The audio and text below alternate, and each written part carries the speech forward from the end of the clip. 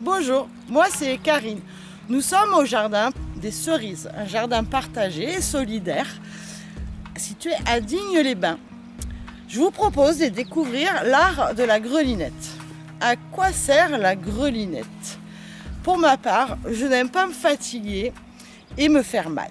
Tout comme beaucoup de monde, je suppose. Et en plus, cet art permet de respecter la terre et ses habitants. Et oui, il faut savoir que le sol n'est pas un support inerte, mais un milieu vivant.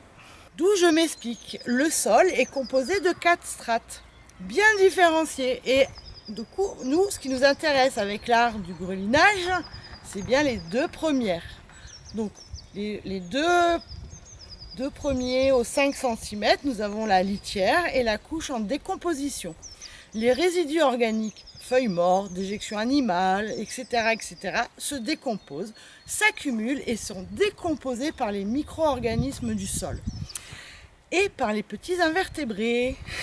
Cette faune qui habite la strate supérieure a besoin d'air et d'humidité.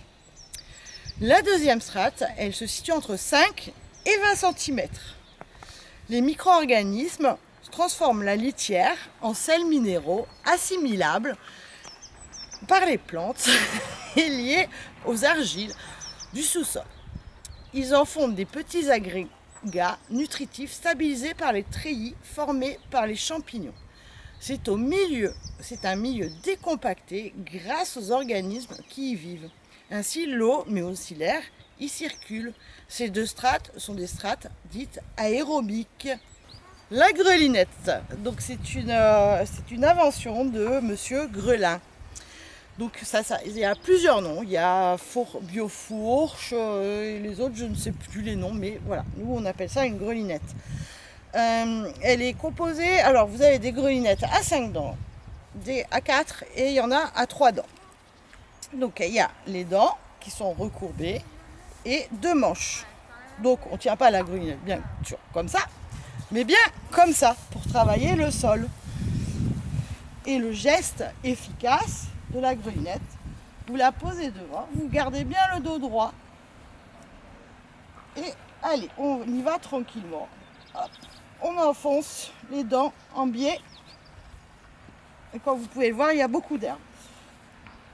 On fait un coup en avant sans bouger, toujours en gardant le dos droit, un coup en arrière et là, en retirant légèrement la grelinette, en la remontant, on fait un petit geste de boxe. Bon, pas de la boxe parce qu'on n'est pas violent au jardin. Et on la retire. Alors, comme il y a beaucoup d'herbe, que c'est un endroit qui n'a pas été cultivé depuis un moment, ou peut-être l'année dernière, on fait des petites tranches et on continue. Un peu en avant, alors en avant, en arrière, et on redonne un coup de main. Et on continue comme ça. Toujours en arrière, pour ne pas remarcher dedans. Comme vous voyez, on ne retourne pas la terre, on n'abîme pas le sol, on ne mélange pas les strates. On travaille sur 20 cm, gentiment, et en petite... Quand votre terrain est déjà meuble, est déjà un peu prêt, vous pouvez faire des plus grandes strates, plus grandes couches, je veux dire. Et voilà, on décolle tout, les racines.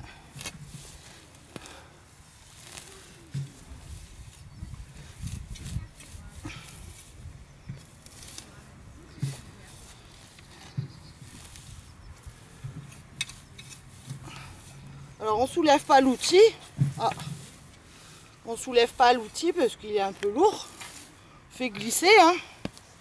Pas de fatigue, inutile. Pas la peine de vous démoraliser dès le début quand vous faites du jardin. Quand vous avez fini votre rangée, donc là je ne l'ai pas fait, vous prenez un autre outil qui s'appelle la serfouette. Donc là c'est une serfouette à langue. Donc chaque outil, je le rappelle, chaque outil a son utilité. Un râteau sert à ratisser et à niveler. Une serfouette sert à picorer. Je vais vous apprendre du coup l'art de picorage. On prend la serfouette, on s'installe bien, le dos droit pour pas se faire mal. Et là, on picore. Alors je dis, on picore. On ramène pas la terre vers soi. Non, on pique. Comme ceci.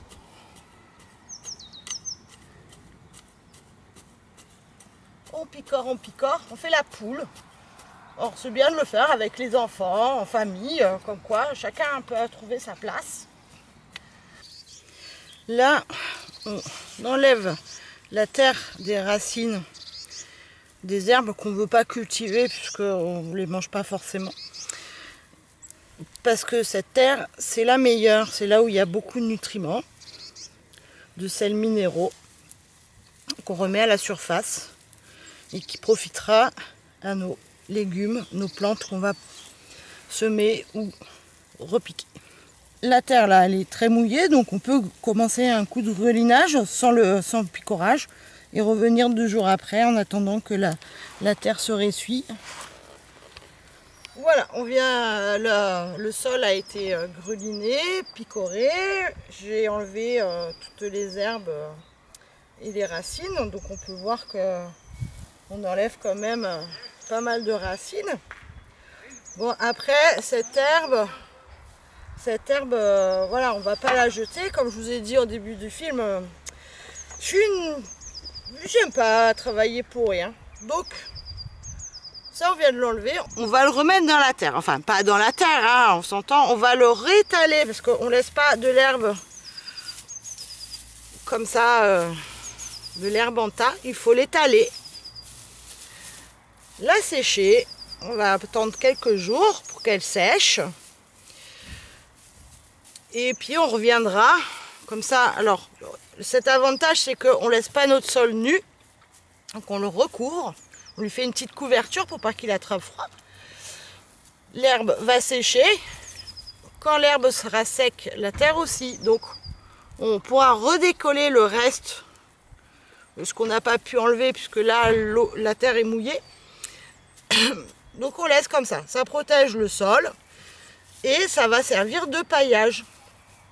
Quand l'herbe sera sèche, vous pourrez la remélanger, refaire refaire des tas comme ça.